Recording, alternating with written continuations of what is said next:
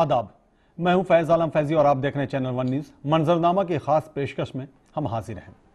2017 में उत्तर प्रदेश में असेंबली के इंतखाबात होने, पूरे देश की निगाह, पूरे मुल्क की निगाह उत्तर प्रदेश पर टिकी है, तो जाहिर सी बात है उत्तर प्रदेश की अहमियत को समझा जा सकता है।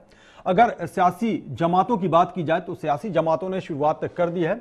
आज ही बीएसपी की मुखिया या बीएसपी सुप्रीमो मायावती ने प्रेस कॉन्फ्रेंस कर सीधे सीधे मरकज की हुकूमत पर निशाना साधा है और मायावती ने एएमयू और जामिया के हवाले से भी बातें कही हैं कि एएमयू और जामिया का जो अक़लियती इदारा होने का जो पहचान उससे मुंसलिक है, उसे छीनने की कोशिश की जा रही है।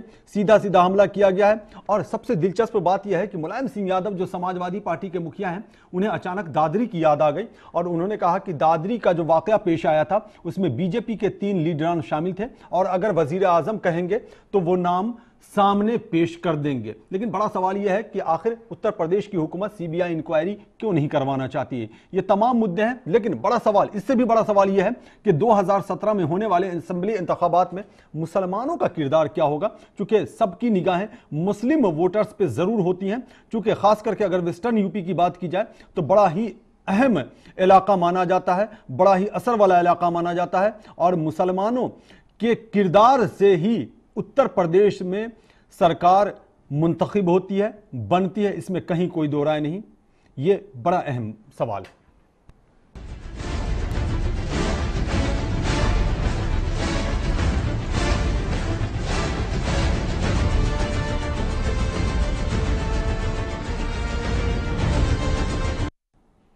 तो यूपी मिशन 2017 तमाम सियासी जमातों ने निगाहें पैनी कर दी हैं उत्तर प्रदेश के हवाले से। खास करके मुस्लिम रहनुमाओं की निगाहें ज़्यादा तेज़ी से उत्तर प्रदेश की तरफ देख रही हैं। लेकिन सबसे बड़ी बात यह है कि मुसलमान आज कहां खड़ा है और मुसलमान क्या सोच रहा है। आपको याद होगा कि जब 2012 में असेंबली के इंतखाबात हुए थे तो तकरीबन 68 मुस्लिम एमएलए चुन करके आए थे और तकरीबन 40 एमएलए बनने की दहलीज पे पहुंच के स्लिप कर गए थे, पिछल गए थे और वो दूसरी पोजीशन पे रहे थे। तकरीबन 100 के आसपास मुसलमान लीडरान उस मकाम पे थे जो असेंबली की दहलीज पे पहुंच सकते थे।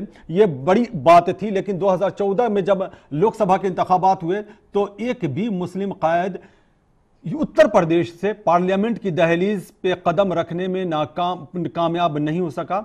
इसके पीछे की वजह क्या थी? तो इसी सूझबूझ के साथ आगे बढ़ने की जरूरत है और इसी सूझबूझ के साथ जो 2012 की सूझबूझ थी उसी सूझबूझ के साथ आगे बढ़ने की जरूरत है और उसी के मुताबिक कदम को आगे बढ़ाने की भी जरूरत है। इसी पे हम चर्चा करेंगे कि तमाम सियासी जमातों को मद्देनजर रखते हुए मुसलमान क्या सोचता है या सियासी जमातें मुसलमानों के हवाले से क्या सोचती है या जो दलित समाज है, हमारा जो पसमानदा समाज है, उसके हवाले से सियासी जमातें क्या सोचती है और क्या समझती हैं। हमारे साथ इस वक्त स्टूडियो में मौजूद हैं, उनका हम तारुफ कराते चलें। इलियास मलिक साहब हैं, साबिक जनरल सेक्रेटरी ऑल इंडिया मजलिस मुशावरत। इलियास मलिक साहब आपका बहुत बहुत खैर मकदम है। और इरफान रसूल जो हमारे सीनियर मुआविन हैं, इरफान रसूल साहब आपका भी बहुत बहुत खैर मकदम है। इलियास मलिक, सबसे पहला कमेंट आपसे लेना चाहेंगे 2017 मिशन की अगर बात की जाए तो जाहिर सी बात है सियासी जमातों के लिए तो ये मिशन है ही, लेकिन अगर हम वोटर्स की हैसियत से देखने और समझने की कोशिश करें या आम इंसान की हैसियत से या इंडियन होने की हैसियत से समझने और देखने की कोशिश करें तो क्या कुछ नजर आ रहा है आपको 2017 के हवाले से?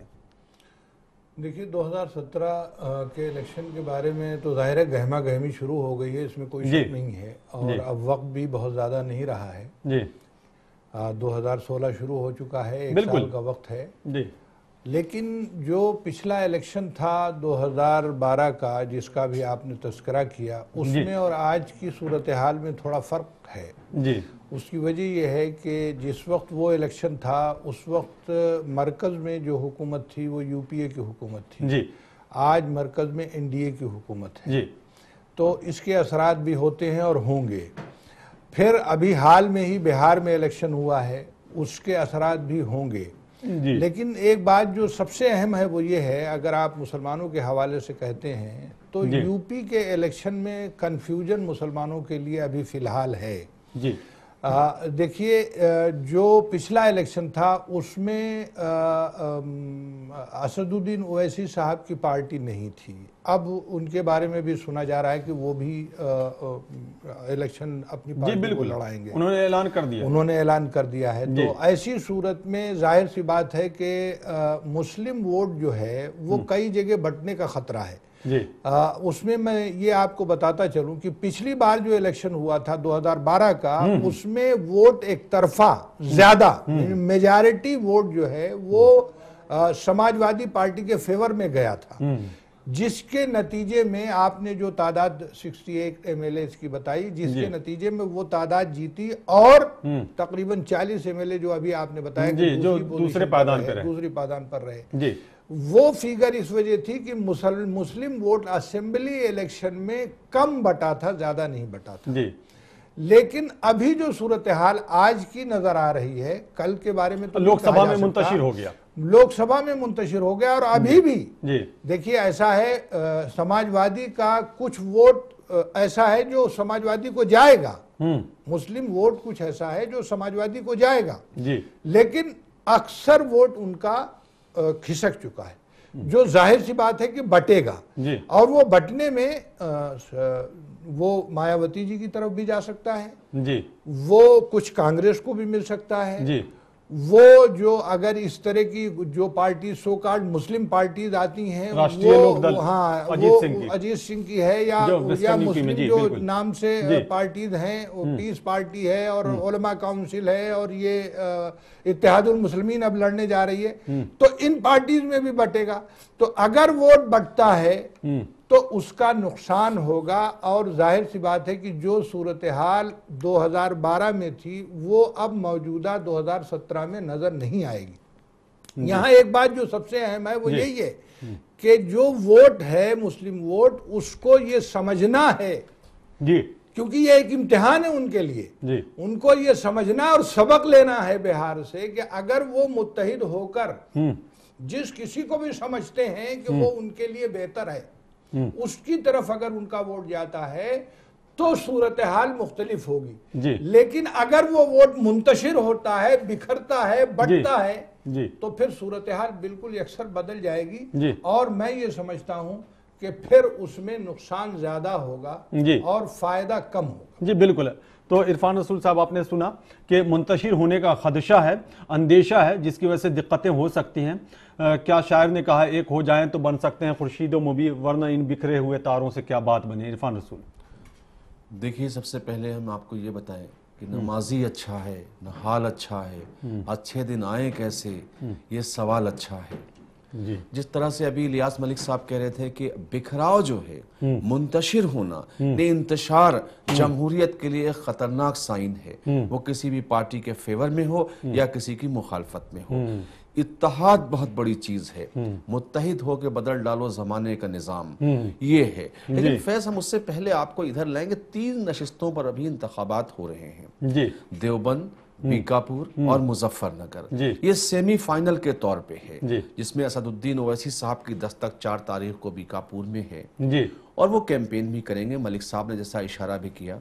तो सवाल ये पैदा होता है कि हुक्मरां जमात जो है, एंटी इनकम्बेंसी उसके लिए तो लाजमी है, लेकिन एंटी इनकम्बेंसी मरकज के खिलाफ भी हो सकता है, क्योंकि मरकजी हुकूमत जो है, भारतीय जनता पार्टी की जो हुकूमत है, जो उत्तर प्रदेश में उसकी हैसियत थी, वो शायद अब वो रिजल्ट, वो नतायज उसके लिए सामने ना आए, चूंकि लोग हिसाब मांग रहे हैं। नहीं तो अगर 2012 असेंबली इंतखाबात की बात करें, चूंकि ये असेंबली इंतखाबात है, लोकसभा इंतखाब की तो हम बात कर नहीं रहे। मैं पार्लिमानी इंतखाबात के तनाजुर में मैंने ये बात कही कि इस बात की तवक्को होती है, जिसका तोहफा अमित शाह को मिल रहा है, जिसका जिक्र बार बार अमित शाह के लिए होता है कि 73 नशिस्तों पर उनको लोकसभा में कामयाबी हासिल हुई, लेकिन क्या वो इसको दोहरा पाएंगे यूपी में? ये शायद मुझे लगता है नामुमकिन है और बहुत मुश्किल है ये चीज। अब सवाल ये है कि बीएसपी का भी अपना वजूद है, तो कभी कभी ये होता है कि बीएसपी की हैसियत क्या है, ये सवाल नहीं है, बल्कि हुक्मरां जमात के जो वादे, इरादे और अमल है, उस पर जो तजाद है, उसका फायदा दूसरी जमात को साफ तौर पर, वाज़ेह तौर पर मिलने के आसार हैं। जी बिल्कुल। इलियास मलिक साहब, आपने अभी बिहार के तनाजुर के हवाले से बात करी। आपने कहा कि बिहार में जो असेंबली इंतखाबात हुए हैं तो वो रिजल्ट जो आया है सबके सामने है। आपने देखा कि किस तरह से महागठबंधन ने वहां जीत हासिल की और इंडिया को शिकस्त का सामना करना पड़ा। असदुद्दीन ओवैसी की जमात ने भी वहां दस्तक दी थी, लेकिन वहां के वोटर्स ने, वहां की अवाम ने नकार दिया। क्या यूपी में ऐसा कुछ नजारा देखने को मिल सकता है? देखिए, ऐसा है, मैं ये समझता हूँ कि बिहार की जनता जो है वो ज़्यादा जागरूक है जी। यूपी में काश ऐसा हो जाए, लेकिन यूपी के ताल्लुक से कई बातें हैं। एक तो ये कि एक तो सूरत हाल ये है कि हमें वोटर से तवक्को जो है वो अपनी जगह है, लेकिन उसके साथ साथ ये जो सेकुलर पार्टीज हैं जो कहती तो हैं कि हम सेकुलर हैं, लेकिन वो इस वक्त पर जब ऐसी सूरत हाल होती है कि जैसे बिहार में लोग मिल गए एक साथ, यूपी में क्या ऐसा हो पाएगा? ये एक सवाल बहुत बड़ा है जो अभी तक इसका जवाब नहीं मिल रहा है। जी बिल्कुल। अगर यूपी में कुछ पार्टीज एक साथ आए और वो शक्ल अख्तियार हो जो महागठबंधन की बिहार में थी जी, तो बिल्कुल नतीजे बिल्कुल मुख्तलिफ होंगे जी बिल्कुल। और जाहिर सी बात है कि वो नतीजे फिर आपको उसमें बिहार की झलक नजर आएगी।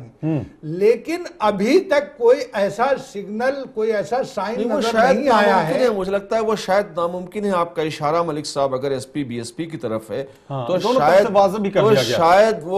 शायद वो कुछ बड़ा कदम कोई भी उठा सकती, लेकिन ये कदम उनके लिए नामुमकिन है। ये आपकी बात सही है, लेकिन अगर मान लीजिए, चलिए उसको तो नामुमकिन हम भी समझते हैं, लेकिन अगर बीएसपी है, कांग्रेस है या और जो दूसरी पार्टीज हैं, लोकदल है, ये वो अगर किसी दर्जे में मिले तो भी कुछ सूरत किसी हद तक सेकुलर। जी, क्योंकि देखिए एक बात आप ये समझिए कि ये जो वोटर है जिसको आप ये कहते हैं कि मुस्लिम वोटर, ये अभी तक तो वोट बैंक के तौर पर ही इस्तेमाल हो रहा है। और ये जो है ये अगर इसको कोई सिम्त मिल जाती है, कोई डायरेक्शन मिल जाता है, तब तो ये उस तरफ चला जाता है जैसे बिहार में गया। लेकिन अगर इसको कोई सिम्त और डायरेक्शन नहीं मिलेगा, जिसका अंदेशा है, तो फिर ये बिखर जाता है। और बिखरने के बाद आपको पता है कि बिखरने के बाद फिर वोट की कोई अहमियत नहीं और हैसियत नहीं रह जाती। तो उसका फायदा, क्योंकि हर एक का वोट बैंक है और वो वोट बैंक उसको अगर नहीं मिलेगा तो फिर उसको वो पार्टी जो है वो इख्तिदार में नहीं आएगी। तो सेकुलर वोट जिसको आप कहते हैं, वो वोट जो है वो बहुत सारे खानों में बट रहा है और उस बटने के नतीजे में। अच्छा इलियास मलिक साहब, एक सवाल जहन में ये आ रहा है कि जैसे मुस्लिम वोटर्स की बात हो रही है तो समाजवादी पार्टी ये समझती है कि मुस्लिम वोटर्स हमारी तरफ है, बीएसपी समझती है हमारी तरफ। जो नाम नेहाद सेकुलर जमातें हैं, मैं नाम नेहाद बोलूंगा, मुझे कोई दिक्कत नहीं है, सेकुलर जमातें, उसकी वजह यह भी है, उसमें जोड़ता चलूं और आपसे जवाब भी तलब करूंगा इलियास मलिक साहब, कि जैसे ही इलेक्शन का जमाना आता है, इलेक्शन का वक्त आता है, वैसे ही मुसलमानों की याद ताजा हो जाती है। आपको याद होगा 2012 असेंबली इंतखाबात से पहले समाजवादी का जो मैनिफेस्टो जारी हुआ था उसमें कहा गया था कि मुसलमानों को रिजर्वेशन दिया जाएगा, लेकिन आज तक उस पर कोई भी अमल नहीं किया गया, कोई भी कदम नहीं उठाया गया। और तमाम सियासी जमातों की कमोबेश यही सूरत हाल है। इसलिए मैं ये बात कह रहा हूं कि मुसलमानों की याद तब आती है जब इलेक्शन का वक्त आता है, तब मुसलमानों की याद आती है और मुसलमानों पर ही फोकस कर देता है। आपने देखा कि 2014 लोकसभा इंतखाबात जो हुए, पार्लियामेंट इंतखाबात हुए, तो मुसलमानों पर फोकस ज्यादा किया जा रहा था, लेकिन उनका जो अपना वोट बैंक था वो खिसकता जा रहा था, उधर ध्यान नहीं देते। आखिर ये क्यों, ये इतना बड़ा तजाद क्यों? नहीं, देखिए, मुसलमान बहरहाल एक फैक्टर है और ये बात सही है कि अगर किसी पार्टी को, जो जैसे अभी आपने लफ्ज इस्तेमाल किया नाम नेहाद सेकुलर, तो सेकुलर पार्टी जो अपने आप को कहती हैं, वो पार्टीज जो हैं उनके अपने जो वोट बैंक है, जैसे मिसाल के तौर पर बीएसपी है, उसका अपना एक वोट बैंक है जी, समाजवादी है, उसका अपना एक वोट बैंक है, कांग्रेस के पास तो कोई बहुत ज्यादा वोट बैंक नहीं बचा, लेकिन जो कुछ भी है, तो ये जो वोट बैंक है, इसमें अगर मुस्लिम वोट मिल जाता है तो जाहिर सी बात है कि जिसकी तरफ ज्यादा जाता है वो पार्टी जो है वो जीत जाती है। क्योंकि एक बात जो बहुत अहम है वो समझने की है कि एक तो ये कि मुस्लिम वोट जो है वो फ्लोटिंग वोट है, वो कोई ऐसा नहीं है कि वो किसी का बंधुआ हो कि भाई इन्हीं को वोट देगा। पिछले से पिछले इलेक्शन में अगर आपको याद हो तो क्या बीएसपी की तरफ झुकाव, पिछले इलेक्शन में समाजवादी की तरफ उससे ज्यादा बड़ा झुकाव हो गया। तो ये जो है ये फ्लोटिंग वोट है, और ये पिछले से पिछले इलेक्शन में अगर बीएसपी के साथ था तो पिछले इलेक्शन में वो समाजवादी के साथ चला गया, और इसमें क्या सूरत हाल होगी अभी कहना बहुत मुश्किल है। लेकिन मैं एक बात आपको ये बता दूं कि आज जो सूरत हाल है, जनरल इलेक्शन जिसकी आप पार्लियामेंट्री इलेक्शन की आपने बात की, उसमें कुछ परसेंट बीजेपी भी ये क्लेम करती है कि कुछ परसेंट वोट उसको भी मिला है जी। वो कितना मिला कितना नहीं मिला वो एक अलग सवाल है। तो ये एक सवाल है इस वक्त कि क्या ये, अगर आप आज का डिस्कशन इस पर कर रहे हैं कि मुसलमानों के वोट पर, तो मुसलमानों के वोट को ये देखना पड़ेगा कि क्या मुसलमान सूझबूझ के साथ वोटिंग करेगा या अपने वोट को बांट देगा। दूसरा एक बात जो आपने कही थी उसका भी मैं जवाब दे दूं आपको, जो आपने रिजर्वेशन के ताल्लुक से बात की, बिल्कुल कि पिछले इलेक्शन में समाजवादी पार्टी ने बाकायदा ये ऐलान किया था कि हम 18% रिजर्वेशन देंगे इस कम्युनिटी को। मुझे तो पूरे 5 साल 4 साल गुजर गए, 5वां साल शुरू हो गया है, मुझे दोबारा कहीं ऐसा कुछ सुनने में नहीं आया कि भी है, उसमें भी बात करेंगे। चूंकि आपने देखा था कि आंध्र प्रदेश में ऐलान किया गया था तो दिक्कतें पेश आई थी, इस पे हम आगे भी डिस्कशन करेंगे, लेकिन हमारे पास वक्त ब्रेक का हो गया है, यानी कि वक्फे पे हमें जाना पड़ेगा। छोटे से वक्फे के लिए हम जा रहे हैं, फौरन लौटते हैं, हमारी ये खास गुफ्तगू जारी है।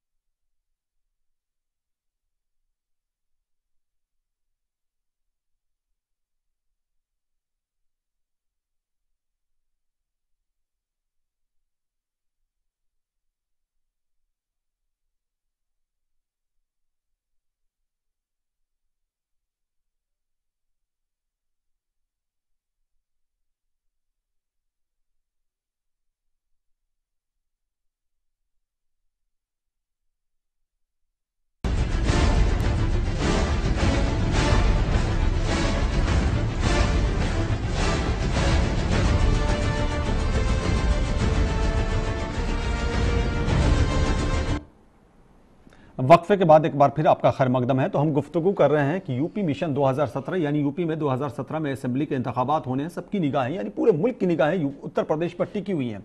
और ख़ास करके उत्तर प्रदेश की अहमियत इसलिए भी ज़्यादा हो जाती है कि हमेशा ये बात कही जाती है कि मरकज़ की हुकूमत पे अगर आपको कब्जा जमाना है तो आपको उत्तर प्रदेश के रास्ते से आना होगा। और आपने देखा है कि उत्तर प्रदेश का रास्ता कैसा हमवार हुआ बीजेपी के लिए। 80 में से 73 पार्लियामानी सीट पर कामयाबी हासिल की बीजेपी ने और मरकज़ में हुकूमत बना ली पूरे इत्मीनान के साथ, और दूसरी जो जमातें थी वो फिसिद्दी हो गई, कहीं नहीं रही। उसी पे हम गुफ्तगू कर रहे हैं कि मुसलमान कहां जाए, किस तरफ जाए, कैसे जाए और कितनी सूझबूझ के साथ अपने वोट का इस्तेमाल करें। हमारे साथ स्टूडियो में मौजूद है इलियास मलिक, साबिक जनरल सेक्रेटरी, जो हमारे साथ गुफ्तगू में शामिल भी हैं ऑल इंडिया मजलिस मुशावरत का, और हमारे सीनियर मुआविन इरफान रसूल।